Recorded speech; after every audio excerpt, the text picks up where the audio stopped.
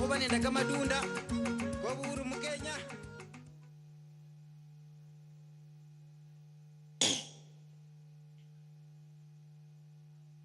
Your Excellency,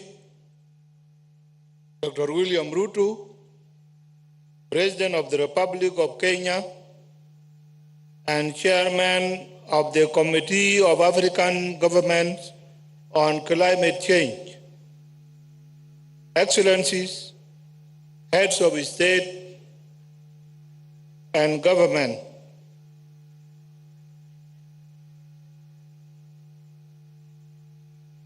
Your Excellency Antonio Guterres, United Nations Secretary General, Your Excellency John Kerry, United States Climate Change Envoy, Your Excellency Dr. Sultan Ahmed Al-Jaber, COP28 President Designate and the UAE Special Envoy for Climate Change.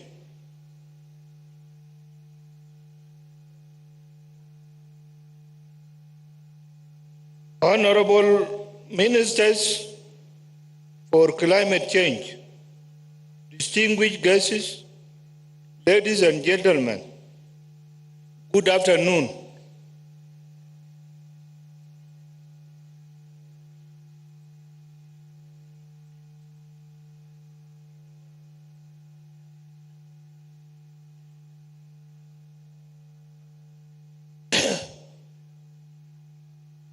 Let me start my remarks by expressing my deepest gratitude to the government and the people of Kenya for the warm welcome and for successfully hosting this first Africa Climate Change Summit.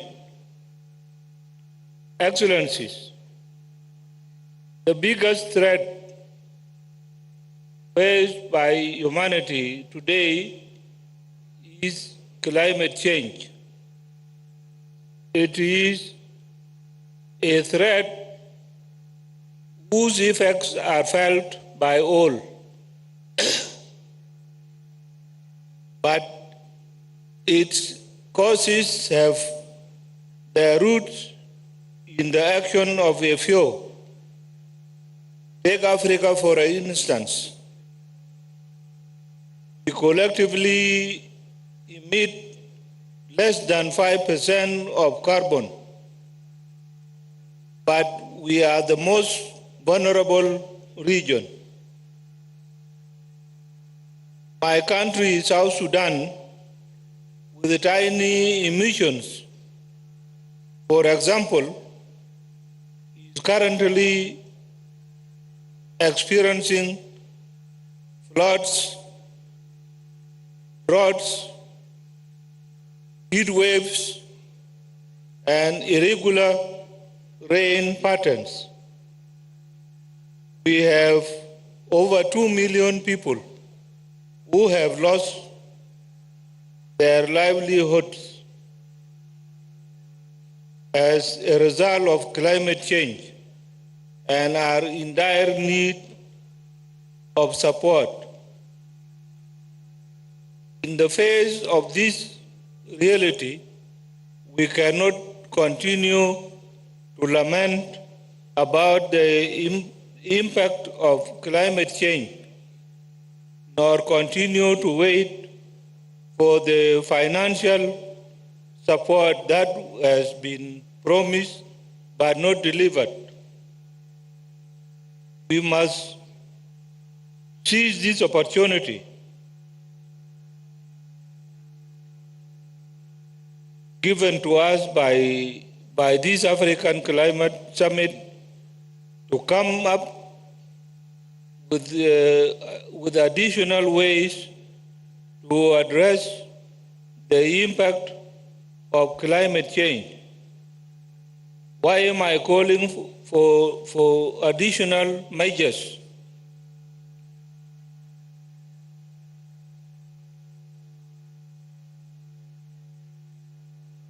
The reason is very clear.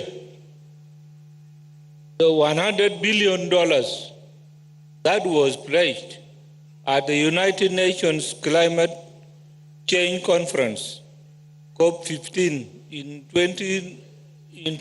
2009 has not been delivered.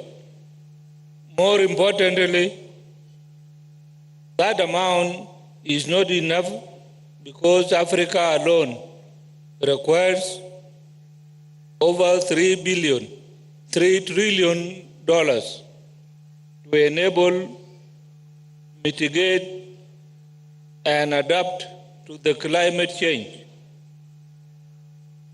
As Africans, we need to understand that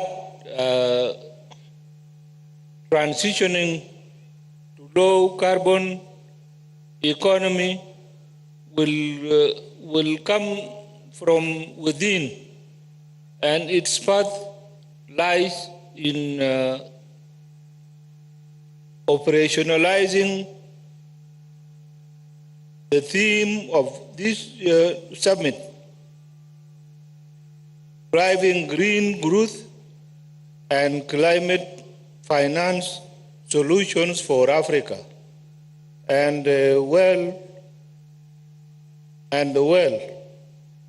this is the way to go. Driving green growth will allow us to come up with solutions that will address the financial gap between what was pledged in Copenhagen summit in 2009 and the actual figure needed by African countries to combat climate change. Excellencies, in South Sudan, we are endowed with the natural resources, and the challenges we face as a country are about finding ways to exploit these resources in a sustainable manner. The key question we have always is how do we responsibly exploit these resources in ways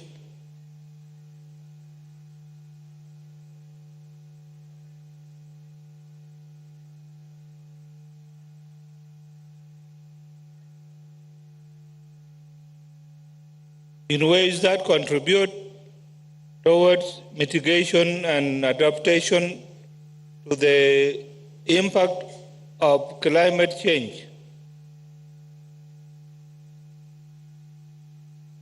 Part of our answer to these challenges lie in aligning our climate change policy with climate action plan that cuts emissions and adapt to climate impact. Presently,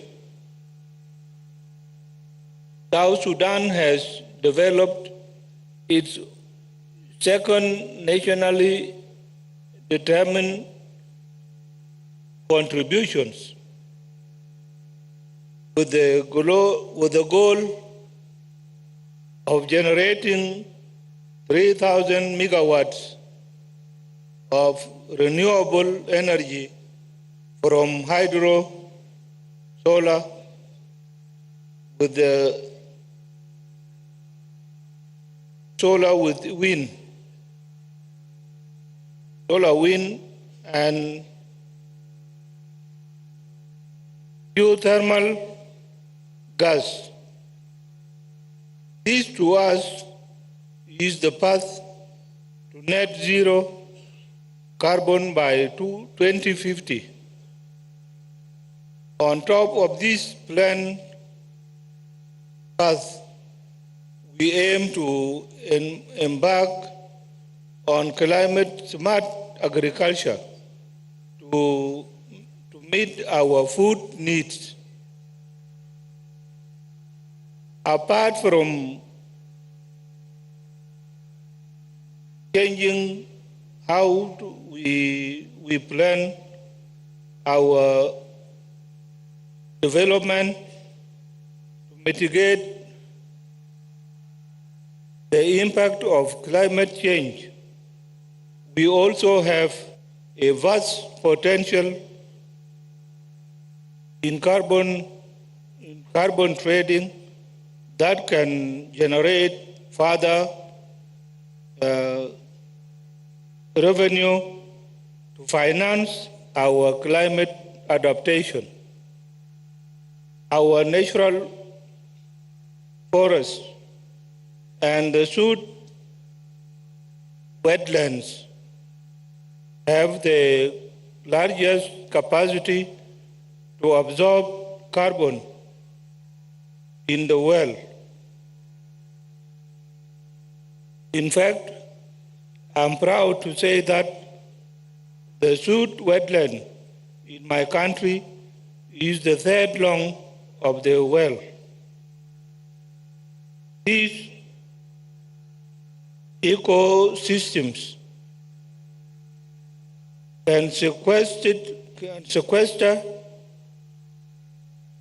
millions of tons of carbon dioxide annually, and in them lies the potential for carbon trading I just mentioned.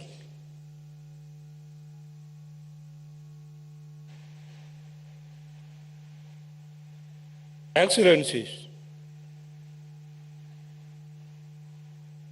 what I have enumerated are steps we can take individually as countries to reverse the impact of climate change. However, we in the global south expect developed countries to play their part, first by cutting their emissions by over 45%, and second, by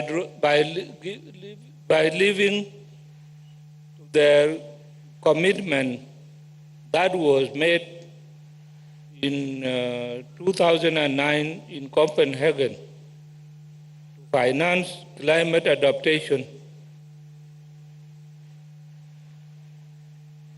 in developing countries. We cannot meet the target of